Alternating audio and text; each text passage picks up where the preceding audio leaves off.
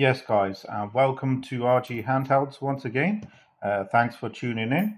Today we're checking out the new AyaNeo Flip. This is the keyboard version, as you can see. The box is beautiful as usual. I just want to take this time to say a huge thanks to Arthur Zhang for sending this out for me, and the whole team at AyaNeo for all their hard work. I know they have been busy over these last few months, getting this out. There's also a DS version. This is the actual keyboard version we're taking a look at. The DS version, the only difference is you have a little screen here for them 3DS and 2DS gaming. For me, I prefer the keyboard version, to be honest, but if a DS is your kind of thing, then certainly go for that dual screen option setup, guys. So today we're doing a quick unboxing and just taking a look at the device as well. So let's go ahead. I've already took the seal off. So let's just put all this stuff out the way. You got your manuals in there in the box as usual. I won't go through all that, but it's basically just manuals on showing the device how to use it, and the usual stuff what you get in the box. So you have, I presume, your power brick in here. Yep. Just quickly take a look at the power brick, what you get. That comes out, and your specs, I'll just leave it there so you can see. Not a bad little power brick. It's got a Type-C right there, and that folds in. Presume you'll have adapters in here somewhere. This must be the Type-C cable, maybe.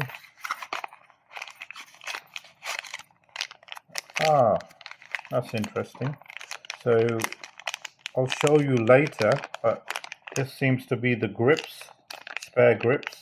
The device can actually slip the grips off, guys, so they're giving you spares in here, which is pretty cool. So I'm going to put them on the side and I'll show you them in a bit. Let's see what we got in this one. So here's your adapters, 2-pin Euro plugs, and there should be a UK one in here somewhere. And get that out. There you go. UK plug, guys. So you do get all the plugs, no issue with that. What else do we have here? One last look. Probably the Type-C cable, to be honest. You can get that out. There you go. And it's your usual, guys, Type-C for the power brick. To Type-C again. There you go. So that's all the accessories. We don't have anything else in there. The device itself. I'm going to put the box out the way. Just down the side there. Just use this for a nice background, guys. Let's sit it down there. So I'll just explain the device to you. So this is the AyaNeo Flip, they call it. A very, very nice device indeed. It comes in different configurations, but if you could look here, this particular one is the 2TB version, and it has 32 gigs of RAM. It will come in 16 gig, 32 and 64 gig variations. It also comes in, I believe, a 512 gig, a 1TB, and the 2TB as well. So you can buy this in white, and this is the matte black. I really do like the finish on this, guys. It's really nice. It doesn't pick up many fingerprints either, so if you're worrying about a fingerprint magnet, it's not going to be that bad.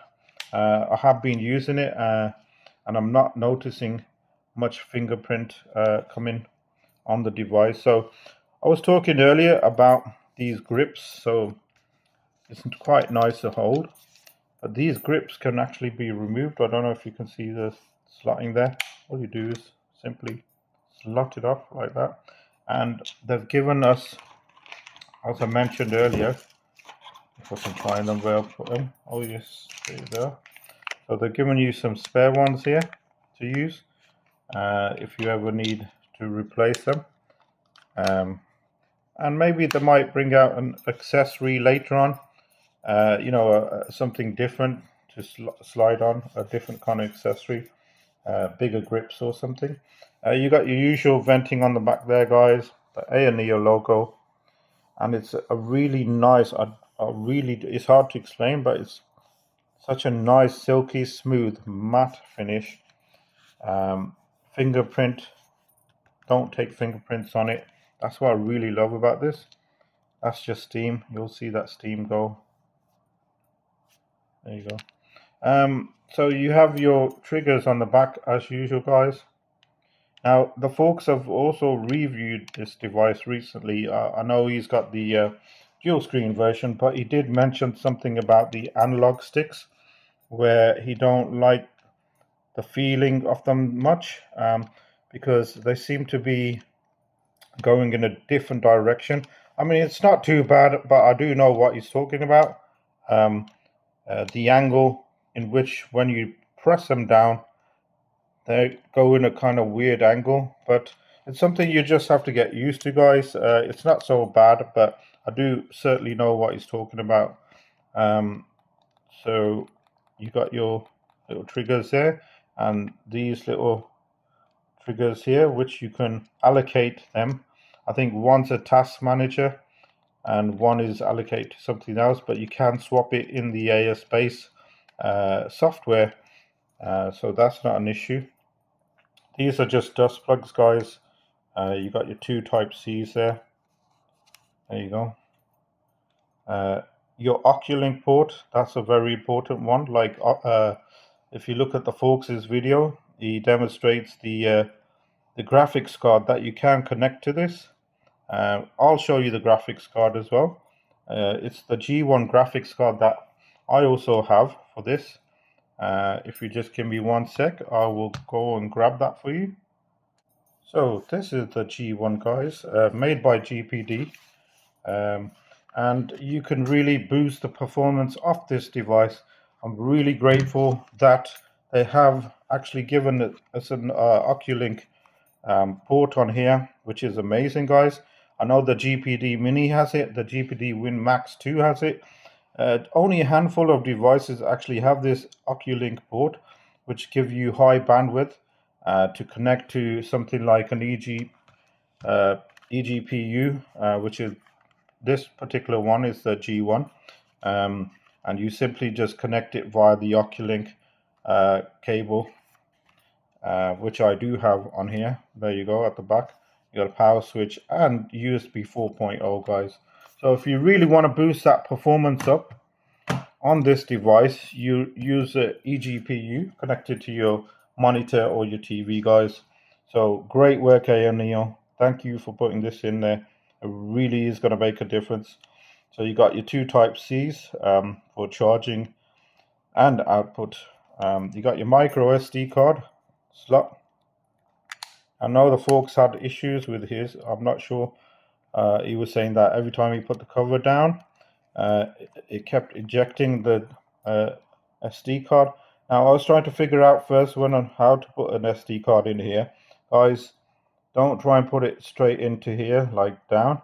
You can see there it actually goes up and into that slot. It can be confusing at first. You think it's going into there, but it don't actually go there. It slots upwards, and you simply just put the cover down once it's in there. There you go. There seems to be a mic here and the LED light there. So that's the back of the device. Here's your hinge. I know people have been saying something about the hinges have been cracking, or I think that's just I mean, I've had no issues with the hinge at all. I've seen a few posts where people are saying there's a hinge issue. I don't think there's a hinge issue. Maybe on first early beta prototypes there was, but nothing I could see out the blue damaged on the hinge. Down this side, nice and plain. You got your two front speakers, guys. They are very nice speakers indeed. You seem to have another mic here, and your 3.5mm headphone jack. Down the side here, nice silky smooth, and I really do like the texture of the device and the way it's been held. I think it's pretty cool. Overall, amazing device. Let's go ahead and just open it up. There you go. You can see 1, 2, and 3 steps, guys. You can have it in that beautiful angle there. That's what I really like about this. Not many handhelds actually allow you to do that. Just looking at the device now, you got this lovely keyboard. Now, the reason I went for the keyboard because I find it more predictive than a second screen here. I know they're working on the second screen where you can use it as a mouse. But guys, you have a mouse here, a little mouse here, right there, and it works very nice. This is your power button and your touch ID. I'll just boot that up. And look at the RGB lighting, guys, on the keyboard. I've set it to RGB, so it will change to different colors, you know. You got your analog sticks, quite low profile, guys. So they go sink into that round thing. So I don't think you can actually put any covers on this. It will hit the screen. Let me just sign in. Just quickly sign in, guys. Well, there you go. So yeah, as I was saying, these are low profile. You won't get away with putting a cover on. You'll have issues closing the lid because it will just touch the screen. You got your AyaNeo button here, which will bring up AyaSpace. Press it once. I've got mine to not auto start AyaSpace on boot. That's why it's not coming up, but I'll certainly start it up for you guys. So here we go, AyaSpace. Let that boot up. And there you see AyaSpace booting up. This is the latest version. I use it basically for loading up and updating the device with AyaSpace, and for obviously selecting and choosing different TDPs on different scenarios. But I don't like to use it on boot all the time, because what I've noticed, if you have AyaSpace booted and you're using the mouse, it can interfere with your selection. Like this mouse becomes very sensitive. I've noticed if you turn it off on boot, this mouse works perfectly fine. Then, so that's. But I know they are updating drivers as they go along. I have done all the updates on this device, guys. So I'm just going to explain the buttons for you. So that's your AyaSpace button. You can see there. Now I pressed it once. You can see the board up, all your different settings there, TDP and so on. And you press it once. Now, if you hold it down, it brings the whole AyaSpace up, and then you simply just go across, press your A button, and minimize it again. Or you can simply just press that button and that button to minimize. So that's AyaSpace, guys. Let's have a look at the device. So I was saying this is your fingerprint reader right there. So you just touch it, you sign your fingerprint. And the mouse, guys, I think is brilliant. I'm really happy. I know Folks is happy as well that I've put a little nub mouse on here. Let's close that. And then your touch reader. You got a little LED light there as well. This button seems to be like a multitask button or assigned to different things. You can assign it to something else. You got the volume up or down here, brings the volume up and down right there, and your other analog stick right there. Now the D-pad, I don't know whether to like it or hate it, but you know what, guys? I actually do like it. I know the folks mentioned it as well. It's not your usual AyaNeo D-pad. It's like got a little click as you just press it. You can see it's very low profile compared to the last ones. I mean, all the buttons, guys, even the A, B, X, and Y. Can you see how low profile they are? But you know what? It works. It actually works. What I really would have liked if they had a bit of lighting in these buttons, in the A, B, X, and Y, and in these. So at night, you know, they light up, because using it in the dark, I've noticed I struggle to find the mouse and here in the dark. If there was just a little lighting around here, around these buttons, it would have been nice. But maybe, hey, on the next model, that would bring something like that. But as I'm saying, the D-pads are finding it really nice, guys. To use. It's got that little clickiness to it and very low profile. Everything is low profile, I believe, for the screen to touch. You got these little stoppers here, so the screen does not get damaged. The screen will stop on there. You got your hinge again right around here, and the screen. I really like that screen, guys. Let's just put that flat. The screen is lovely. It's a very nice screen. I believe it's a 1080p screen. There you go. So what we're going to do now, that was the unboxing. What I'm going to do now is just quickly show you a couple of games running on here, a few things. So if you bear with me, I'll be right back, guys. So guys, I've loaded RetroArch on here just for my emulation purpose. I have a 1 terabyte SD card in here as well, you know, that I can use. Just wanted to show you a few games, you know, just to test it. But the first thing I want to show you guys, what I always do, I put, Windows 95 using RetroArch. So if you want to go ahead and do Windows 95 on here, I'm using RetroArch and a image file, and you'll see that it will boot up. There you go. Let's put it that way. Everything seems to work really good. I've configured everything. Let's get a focus on the screen. Even this mouse knob, you can see, works beautifully. Let's go ahead and I'll open up a few things up. Windows 95 is prehistoric OS, guys. But I know there's a lot of fans out there that would love something, you know, like Windows 95 on here. People still actually use Windows 95. You can actually load games up onto here as well. And you can actually use these sticks. You can allocate the sticks to move as well, guys. You know, you can do the settings to use the sticks as a mouse, but I've chose to use this little knob, you know, and we can load up.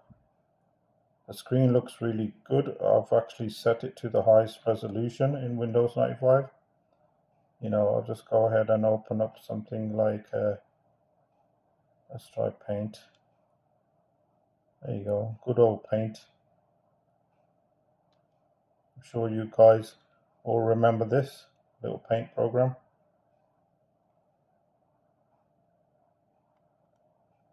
Everything seems to work. You can actually download games onto it as well and play the old classic games.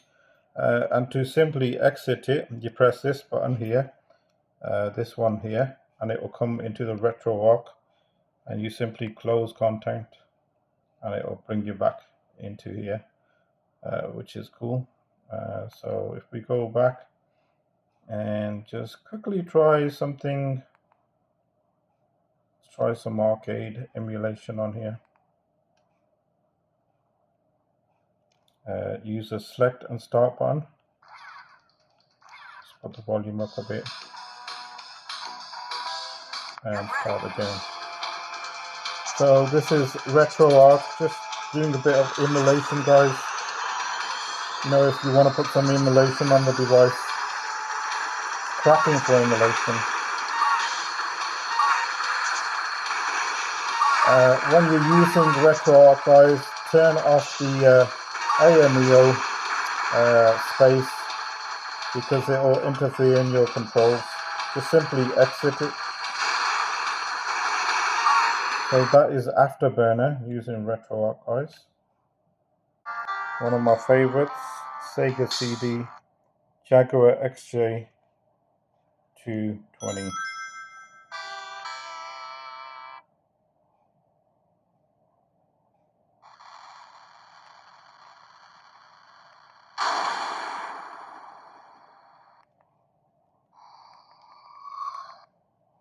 Let's just quickly get into a quick race here.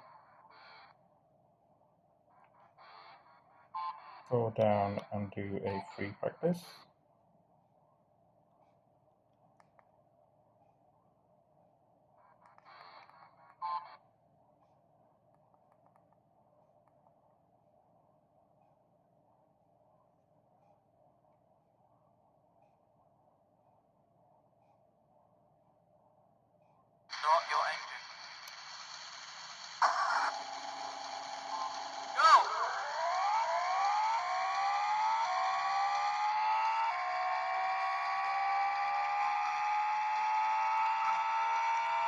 Love this game, guys.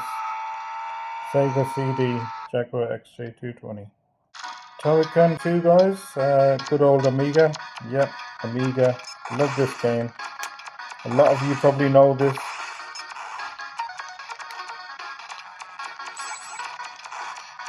Again, I was brought up playing these kind of games.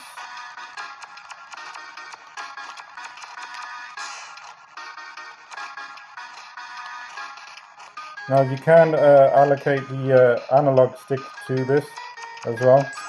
At the moment it don't work, but you can use the analog stick if you want. You can just set it in RetroArch, guys.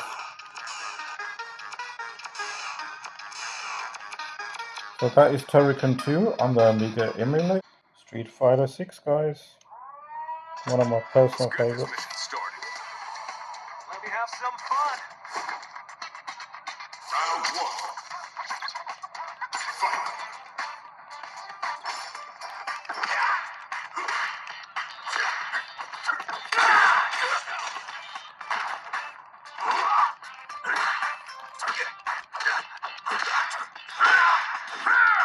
Now I've got this on the highest setting, guys. I've not really played around with the settings to get the best out of it.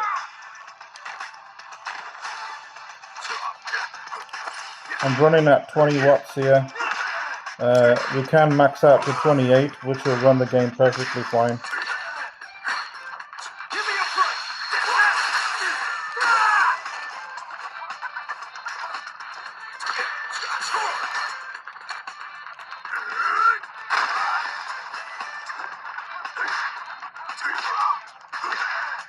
And this is running through Steam. So that's Street Fighter 6, guys. So I'm going to wrap it up there, guys. I hope you enjoy the video. Now, can I recommend this AyaNeo Flip keyboard version?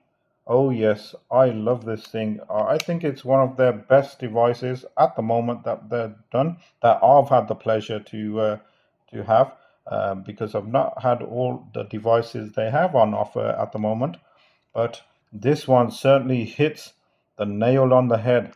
I absolutely love it. I think that keyboard is amazing, the keyboard version. But again, you have the DS version that you can opt for on the Indiegogo, guys. Comes in different variations of specs.